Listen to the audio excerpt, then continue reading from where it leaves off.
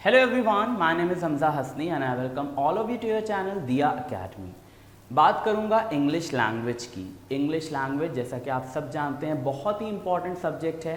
जितने भी स्टूडेंट्स जो बोर्ड्स का एग्ज़ाम देने जा रहे हैं, किसी भी बोर्ड में हो, वो चाहे CBSE में हो, चाहे ICSE में हो, चाहे ISC में हो, चाहे यूपी बोर्ड हो या किसी भी तरह का स्टेट बोर्ड हो, हर एक को पता है कि इंग्लिश लैंग्वेज सभी में कंपलसरी होती है, ठीक है।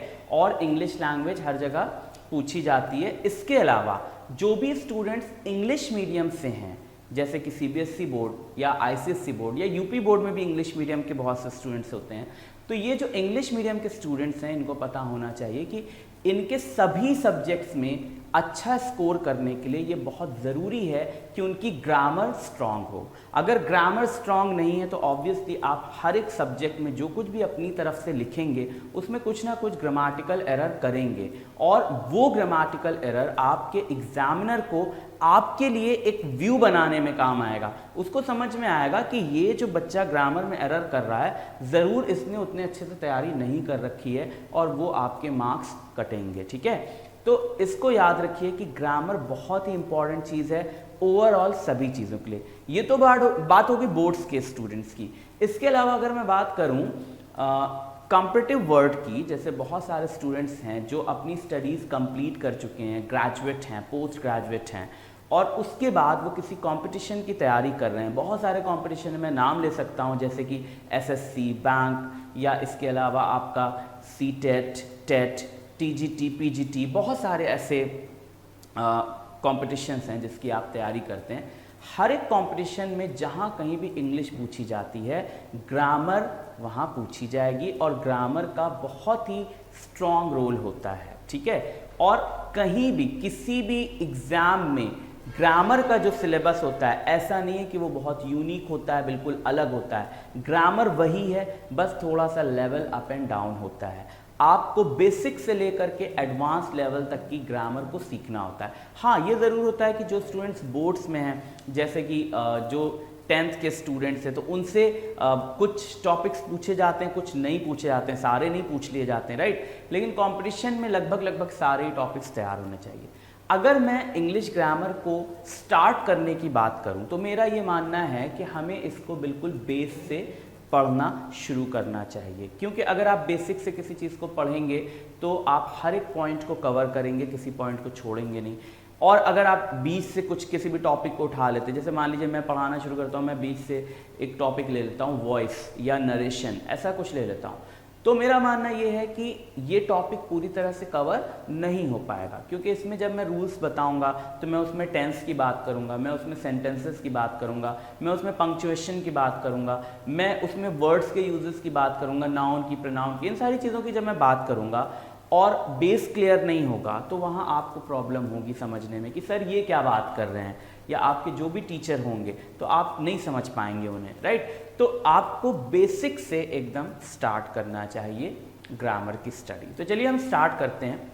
देखिए, बात हम करने जा रहे हैं इंग्लिश की। इंग्लिश के बारे में थोड़ा सा बता दूं कि इंग्लिश इंग्लैंड की लैंग्वेज है। इंग्लैंड से जो भी चीज़ बनी वो इंग्लिश हो गई, राइट। और क्योंकि इंग्लैंड के लोगों ने लगभग दुनिया के कई पार्ट्स में उन्होंने रूल किया, तो उन्होंने जब रूल किया, जब राज किया, तो उनका मानना ये था कि जहाँ राज कर रहे हैं वहाँ के लोगों को वो अपने जैसा अपनी लैंग्वेज सिखाकर अपनी तरह एजुकेट करें या अपनी तरह सिविलाइज्ड करें। तो ये उनका मानना था, इसलिए उन्होंने सबसे पहले क्या किया, लोगों को अपनी लैंग्वेज सिखाना शुरू किया, ठीक है। और जहाँ वो राज करते थे वहाँ के कुछ लोगों को अपने वहाँ जॉब भी देते थे, तो उसके लिए भी उन्होंने उनको प्रिपेयर किया कि अपनी लैंग्वेज सिखाई, ठीक है। और इसका रिजल्ट ये हुआ कि कई जगहों पर जब उन्होंने इंग्लिश को फैलाया, लोगों को सिखाया, तो आज इंग्लिश इंटरनेशनल लैंग्वेज बन गई, ठीक है। मैं बात कर रहा हूँ ब्रिटिश इंग्लिश की, ठीक है। एक होती है अमेरिकन इंग्लिश। अमेरिकन इंग्लिश को इंटरनेशनल इंग्लिश हम नहीं मानते, इसलिए क्योंकि हमारे वहाँ और बहुत से कंट्रीज़ में ये फॉर्मल इंग्लिश नहीं है। जब भी हम फॉर्मल इंग्लिश की बात करेंगे, किसी भी एग्ज़ाम में इंग्लिश ग्रामर की बात करेंगे, तो हम ब्रिटिश इंग्लिश की ही बात करेंगे, हम उसके बाहर नहीं निकल सकते। अमेरिकन इंग्लिश के कुछ रूल्स चेंज होते हैं, कुछ उसमें वर्ड्स के प्रोनाउंसिएशन चेंज होते हैं, कुछ उसमें वर्ड्स के यूजेस चेंज होते हैं, ठीक है। तो वो हमें नहीं सीखना है अभी, हमें इंटरनेशनल इंग्लिश सीखना है, तो हम ब्रिटिश इंग्लिश की बात करेंगे। इंग्लिश की बात अगर करते हैं तो जैसा कि बताया मैंने, ये एक लैंग्वेज है। इंग्लिश क्या है? एक लैंग्वेज है। आप यहाँ पर देख सकते हैं कि इंग्लिश एक लैंग्वेज है, और कोई भी लैंग्वेज जो होती है उसकी अगर डेफिनेशन देखी जाए तो क्या डेफिनेशन होगी? डेफिनेशन होगी कि a language is a medium of exchanging ideas, यानी भाषा आइडियाज़, विचारों के आदान प्रदान, एक्सचेंज का एक मीडियम यानी कि माध्यम है। भाषा विचारों के आदान प्रदान का माध्यम है। English is a medium of exchanging ideas, ठीक है। तो जब भी हमें कुछ एक्सप्रेस करना हो, जैसे मैं इतनी देर से काफ़ी कुछ एक्सप्रेस कर चुका हूँ आपके सामने, तो ये सब कुछ जो मैंने एक्सप्रेस किया, इसको एक्सप्रेस करने के लिए मैंने क्या यूज़ किया? ऑब्वियसली मैंने एक लैंग्वेज यूज़ किया, और ऐसी लैंग्वेज यूज़ किया जो आप समझ सकें, ठीक है। मुझे भी आती है, आपको भी आती है, तो लैंग्वेज हम यूज़ कर रहे हैं किसके लिए? आइडिया को एक्सप्रेस करने के लिए। आपको भी आइडिया एक्सप्रेस करना होता है तो आप भी लैंग्वेज यूज़ करते हैं, ठीक है। अपने फादर मदर से आपको कुछ चाहिए होता है तो आप कैसे बोलते हैं? लैंग्वेज से ही, है ना। तो बोल करके, या कई बार लिख करके, प्रिंसिपल को एप्लीकेशन देते हैं तो लिख करके, ठीक है। तो लैंग्वेज से हम एक्सप्रेस करते हैं आइडिया। लैंग्वेज की बात करें, दो तरह की होती है, एक होती है वर्बल, दूसरी होती है नॉन वर्बल। वर्बल लैंग्वेज वो होती है जिसमें हम वर्ड्स का यूज़ करते हैं। किसका यूज़ करते हैं? वर्ड्स का, ठीक है, शब्दों का। तो जिसमें भी हम वर्ड्स का यूज़ करेंगे वो वर्बल लैंग्वेज होगी। इसमें भी दो होते हैं, एक होता है ओरल, दूसरा होता है रिटन, ठीक है। Oral, written. ओरल जिसमें हम वर्ड्स को बोलते हैं, और रिटन जिसमें हम वर्ड्स को लिखते हैं। तो आप देख रहे हैं मैं जो बोल रहा हूँ ये ओरल हो गया, और ये जो यहाँ लिख करके आ रहा है वो रिटन हो गया, ठीक है ना। तो ओरल एंड रिटन, ये दो तरह की लैंग्वेज है। फिर ये तो अभी ओरल एंड रिटन किसमें हुआ? वर्बल में हुआ। नॉन वर्बल की बात करें तो नॉन वर्बल वो लैंग्वेज होती है जिसमें आप साइंस का या पिक्चर का, साइंस कौन सा साइंस? चिन्ह वाले, निशान वाले साइंस, पिक्चर्स यानी इमेजेस का, या फिर जस्चर, जस्चर क्या? हाव भाव, इनका यूज़ करते हैं।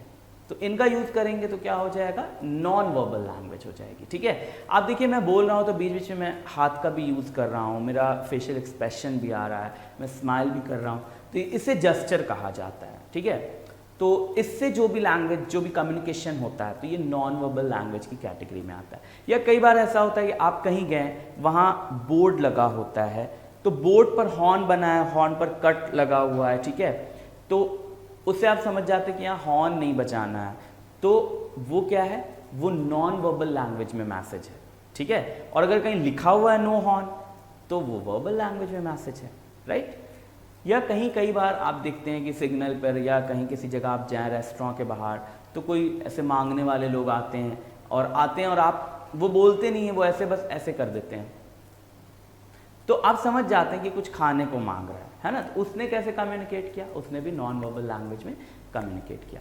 तो we have two different languages, verbal and non verbal. Verbal के भी दो पार्ट्स मैंने बताया, oral and written. Non verbal का कोई ऐसे पार्ट्स बनाने की ज़रूरत नहीं, ठीक है। तो ये तो बात हो गई लैंग्वेज की। अब हमें कौन सी लैंग्वेज पढ़ना है? ऑब्वियसली हमें वर्बल पढ़ना है। नॉन वर्बल भी आप अगर मुझे देख करके कुछ जस्चर सीखना चाहें तो यू कैन, बट हमें फोकस किस पर करना है? हमें वर्बल लैंग्वेज पर फोकस करना है, और वर्बल में भी रिटन पर फोकस करना है, ठीक है। रिटन की अगर बात किया जाए तो रिटन में हमें अपने आइडियाज़ को जब एक्सप्रेस करना होता है तो हम कैसे करते हैं? अच्छा, मैं अगर जैसे यहाँ आता आपके सामने और मैं आकर के कुछ ऐसा बोलता कि हमज़ा हसनी, दिया एकेडमी, इंग्लिश लैंग्वेज, तो कुछ समझ में आता मैं क्या कम्युनिकेट करना चाह रहा हूँ? नहीं समझ में आता। समझ में कब आया? जब मैंने कंप्लीट सेंटेंसेस बोले। मैंने कहा my name is Hamza Hasni, फिर मैंने कहा I welcome you to your channel Diya Academy, है ना। तो ये जब सेंटेंसेस मैंने बोले तब आपको मेरा कोई आइडिया मिला, और अगर मैं सेंटेंस नहीं बोलता तो आपको कोई आइडिया नहीं मिलता, राइट। तो देखा जाए तो ये जो वर्बल लैंग्वेज है, इसमें आइडिया एक्सप्रेस करने के लिए हमें सेंटेंस को प्रेजेंट करना पड़ता है। इसका ये भी मतलब हुआ कि लैंग्वेज बनती है किससे? सेंटेंस से। लैंग्वेज किससे बनती है? सेंटेंस से। तो अगर हमें किसी लैंग्वेज को सीखना है तो हमें उस लैंग्वेज के सेंटेंसेस को सीखना पड़ेगा। सेंटेंसेस को सीखने के लिए पहले तो पता होना चाहिए सेंटेंस क्या होता है। तो सेंटेंस की डेफिनेशन क्या होगी? डेफिनेशन होगी a group of words which makes a complete sense. ये एक जनरल डेफिनेशन है, कहीं भी आपको किसी भी बुक में मिल जाएगी कि सेंटेंस वर्ड्स का ग्रुप है और वो भी ऐसा ग्रुप जो कंप्लीट सेंस दे। अच्छा, एक चीज़ और बता दूं, यहाँ पर भले ही लिखा नहीं जाए लेकिन मैं बता दूं कि ये ग्रुप ग्रामेटिकली अरेंज्ड भी होना चाहिए। फॉर एग्जाम्पल मैंने कहा आई लव माई इंडिया, ठीक है ना। यू कैन सी इसमें कितने वर्ड्स हैं, I love my India. We have 4 words in this sentence और ये चारों वर्ड्स मिलकर के एक कंप्लीट सेंस दे रहा है, तो ये क्या हुआ, सेंटेंस हुआ। अब अगर ध्यान दीजिए, अगर मैं इन वर्ड्स को ग्रामेटिकली अरेंज्ड ना करूं, इनकी पोजीशंस चेंज कर दूं और मैं लिख दूं माई आई लव इंडिया, तो क्या ये सेंटेंस होगा, बिल्कुल भी नहीं। तब ये बिल्कुल सेंटेंस हो ही नहीं सकता। सेंटेंस होने के लिए 2 बातें ज़रूरी हैं, एक तो वर्ड्स का जो ग्रुप हो वो ग्रामेटिकली अरेंज्ड हो, सबकी अपनी अपनी जगह हो, और दूसरा वो पूरा सेंस दे, तब वो सेंटेंस है, ठीक है ना। तो कई तरह के सेंटेंसेस होते हैं, इस पर हम बाद में और ज़्यादा अच्छे से बात करेंगे। अभी तो इतना समझ लें कि वर्ड्स का ग्रुप जो ग्रामेटिकली अरेंज्ड हो और सेंस दे, सेंटेंस कहलाता है, ठीक है। तो लैंग्वेज सीखने के लिए हमें सेंटेंस सीखना है और सेंटेंस की डेफिनेशन देखा तो पता ये चला कि सेंटेंस बनता है वर्ड से। इसका मतलब हमें सेंटेंस सीखने के लिए पहले वर्ड सीखना पड़ेगा, ठीक है। अब सेंटेंस सीखने के लिए पहले वर्ड सीखना पड़ेगा। वर्ड्स की बात किया जाए तो इंग्लिश लैंग्वेज में कॉमन यूजेस के लगभग 30 लाख वर्ड्स हैं, कॉमन यूजेस के।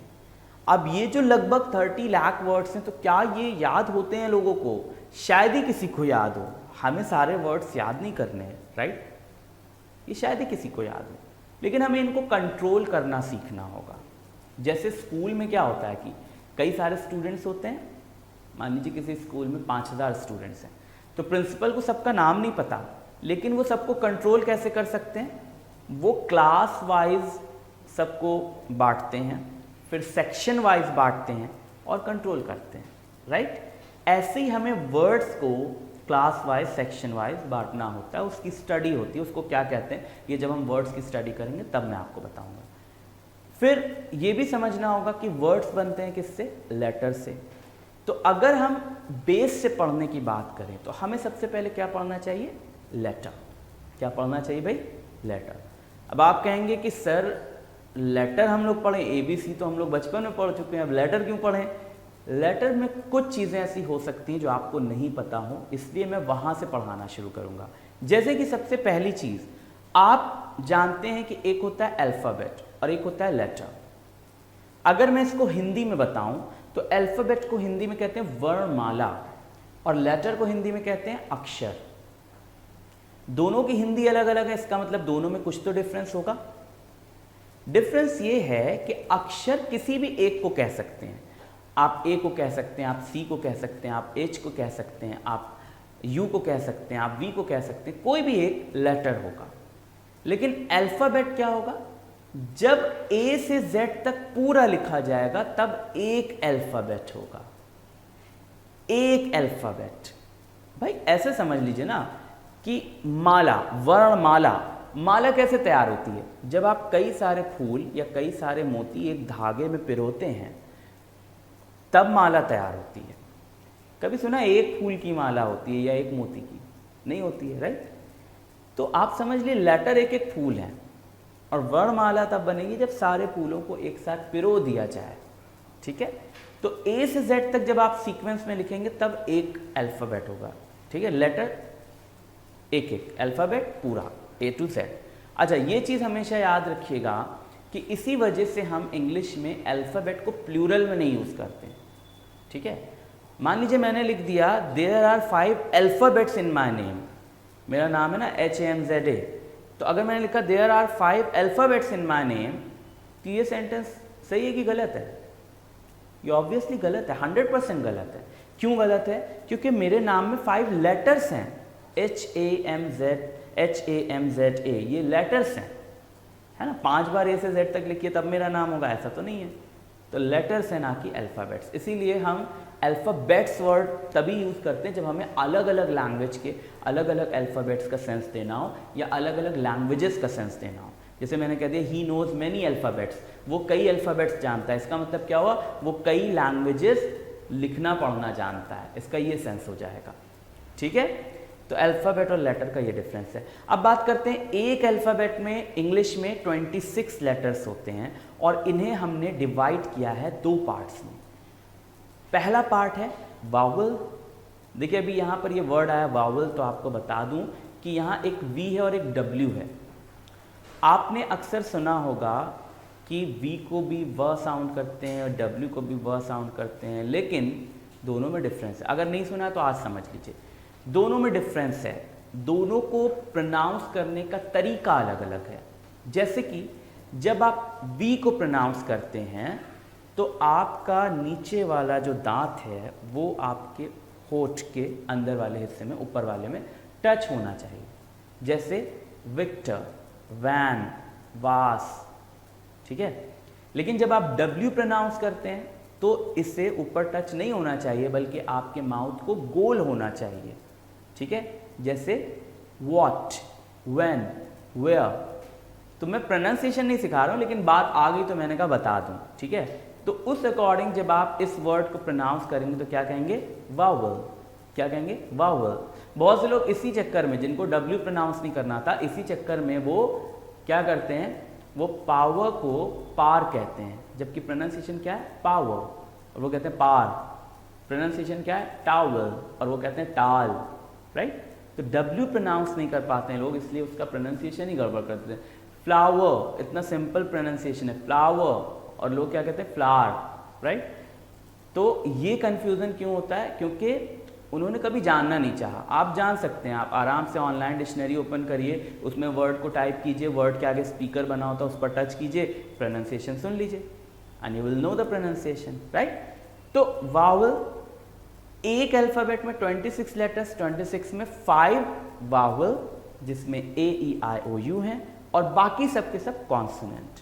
वावल वो होते हैं जो मात्रा का काम करते हैं, यानी दो साउंड्स को जोड़ने का काम करते हैं, और कॉन्सोनेंट सिर्फ साउंड्स निकालते हैं। ये तो सभी को पता होता है जनरली, लेकिन ये भी बता दूं कि ये 26 लेटर्स 44 साउंड्स प्रेजेंट करते हैं, जिनमें से 20 साउंड्स वावल होते हैं और 24 साउंड्स कॉन्सोनेंट्स होते हैं।